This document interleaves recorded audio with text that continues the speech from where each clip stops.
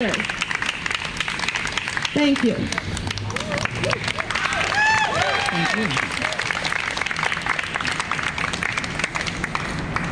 So up next we have a new daddy, Gregory McKelvey. Congratulations, you guys. And we should also mention Kat, who did all of the work. I had the easiest part of that job.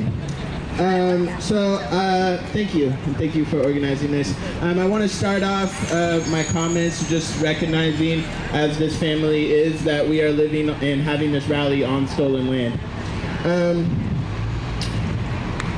I also want to acknowledge some hard truths within our movement.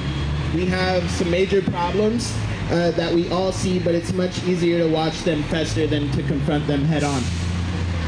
We have a racism problem, not just in our community, not just in our police force, but in our activist movement. There are far too many people who don't face the same fear around police as those they are claiming to protect, yet they continue to center their own voices instead of those from marginalized communities. Deciding that you hate the police does not automatically make you one of the most marginalized groups. While intersectionality is important, that does not mean that your intersection is what must be centered. People of color, especially Native, Black, and Latinx communities, are under attack. And the longer we center ourselves as activists, rather than the communities who are literally dying, the longer we fail them. We also have a white male problem as well. Far too many people think they have absolved themselves of racism because they are radicals. Racism is not just a problem within the factions of society you're fighting against. Racism is a problem in all communities. Many people think it's okay to be racist if it's to someone who's less radical than themselves. Just look what we do to every single Black leader in this city. It's unacceptable. Coming to a rally is a privilege. Solidarity doesn't mean just standing up for our comrades, it means standing up for the people who have never been to a rally. People who don't have the privilege to go to rallies.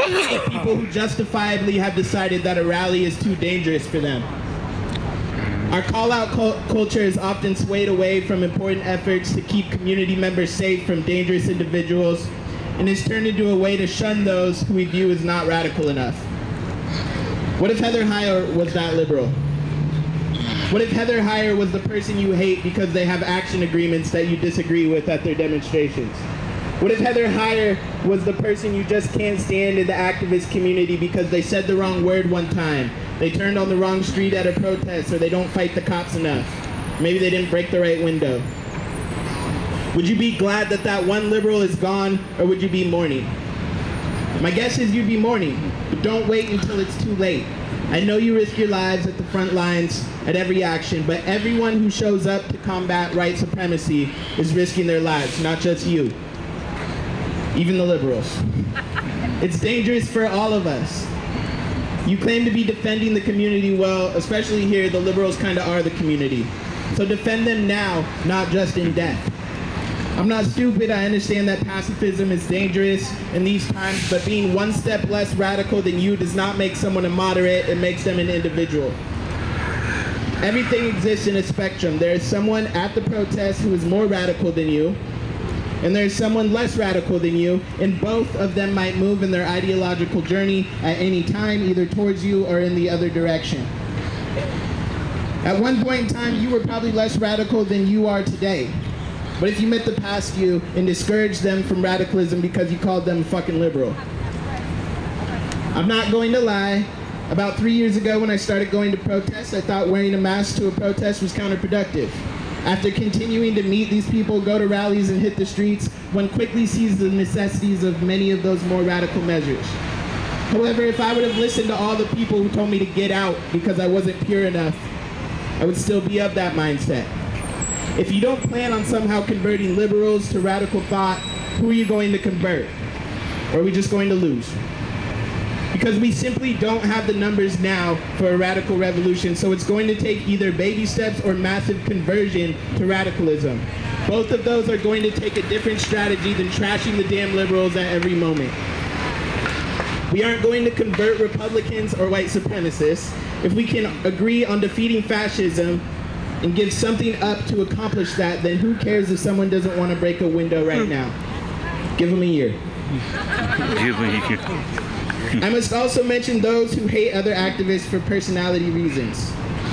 What if a white supremacist killed me like Larnell Bruce? Would you be happy? Would you be silent? Would you feel any guilt for hating me or any other activists over petty shit when we're literally in a war? Don't wait until it's too late. The activists you hate because they disagree with you on tactics, said the wrong thing, liked the wrong post, voted for the wrong person, or had a bad quote, could be next. I see so much of liberals blaming radicals and radicals blaming liberals and not enough focus on the actual damn murderers right up into the point where they actually murder someone. Then we act like we've been on the same team the whole time, but we haven't. Until we are, we will keep dying. No one is now dissecting if Heather Heyer was too liberal or too extreme. We just know she was on our side and they murdered her. No one cares if she was too peaceful or too rowdy. We just know that this is what white supremacy and fascism gives us when we don't oppose it. It could be the person next to you at a rally next, and you're going to regret if you hated them because they weren't enough like you. The right is so strong right now because they are united by hate, not policy. They can all agree they hate Antifa, Democrats, liberals, and science. Can we at least agree on opposing white supremacy and police brutality and unite around that? I don't have all the answers, but I think it would be a good start if we on the left could stop calling out other activists by name due to a difference in ideology or tactics. Also, let's stop trashing each other and focus on the real enemy. I'm not advocating for absolute leftist unity. We have differences. I'm sure many people in the crowd have differences with me. But as long as we focus on our differences rather than the real problems, the cops will continue killing people and laughing at us while they do it. If we're going to defeat fascism in this country, in this city, it's going to take numbers, not absolute purity. Our police force is fucked up. People are going to continue to die, but brutality isn't just shootings and beatings and violence at demonstrations. If a person is stolen from their community because of the color of their skin and thrown into our criminal justice system, that is brutal. That is brutality. As long as there are activists in this city, no one should be sitting in jail because they don't have enough money. We talk about community, let's really do it, let's bail them out. If someone is stopped for not paying for their max ride and the police find a bag of personal drugs and that person is thrown into the criminal justice system, resulting in their eventual deportation, that is brutal. That is brutality. When talking about brutality, we can't just speak of the things that make the news or that impact us as activists. We have to address the brutality that exists every single day in our communities via our flawed criminal justice system. This crowd is even white. We have to ask what it is when marginalized communities who are most under attack are not the most represented in our actions. To many of us, all of these actions we've become numb to. There are people in our community who don't have the privilege to become numb. Lastly, take care of each other, keep each other safe. Know your neighbors, get out of your social media bubble, talk to a stranger, talk to the people who seem scary to you, talk to one of the people that's wearing a mask, but ask them first. Don't forget about self-care. Know that you're not alone. We have an opportunity and a responsibility right here, right now to make change. It's the only option. Thank you all.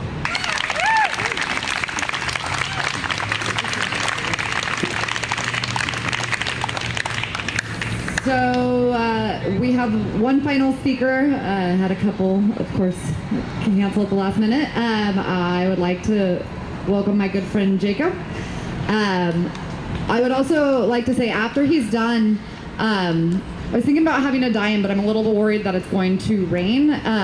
So I wanted to leave the PBB and everybody that walks through here with a memento of this day, I guess.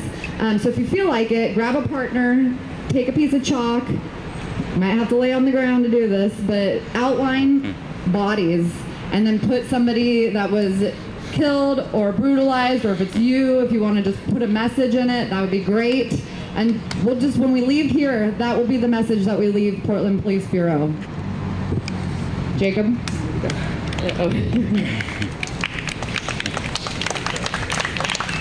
Hey everyone, it's great to see you out here. It really is great to see you out here. It's really concerning lately. I feel like a lot of people are, I feel like they're kind of succeeding in normalizing this stuff. People aren't as upset about it, and it's always awesome to see your faces out here, because most of you out here are really pale. You guys aren't at risk and you're out here anyway, and I really fucking appreciate that. Woo! And to the people who are at risk and are out here, that's even better, because like I said, you guys are the targets right now. This is awesome. I wasn't really sure what to talk about today.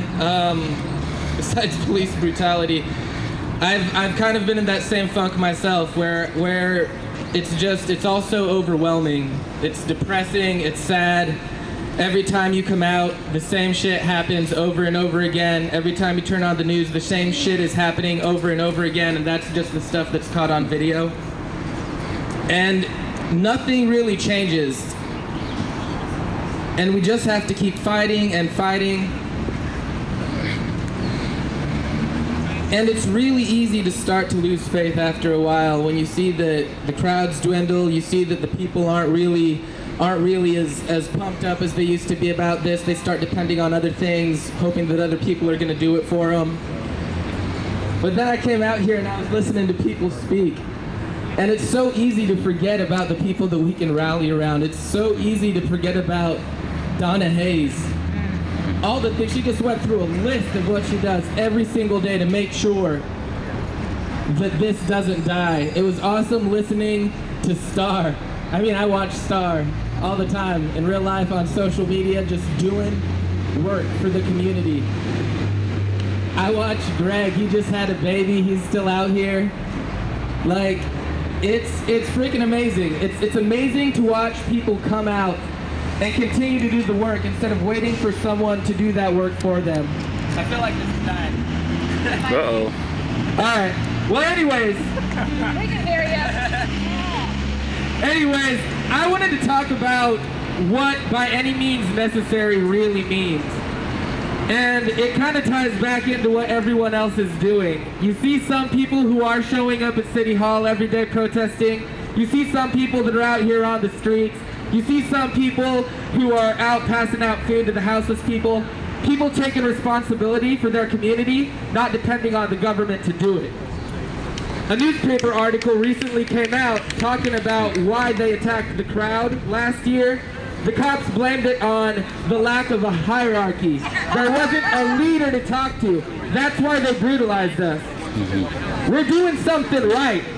They're scared of the fact that we don't have a hierarchy. They're scared of the fact that we are taking responsibility for ourselves.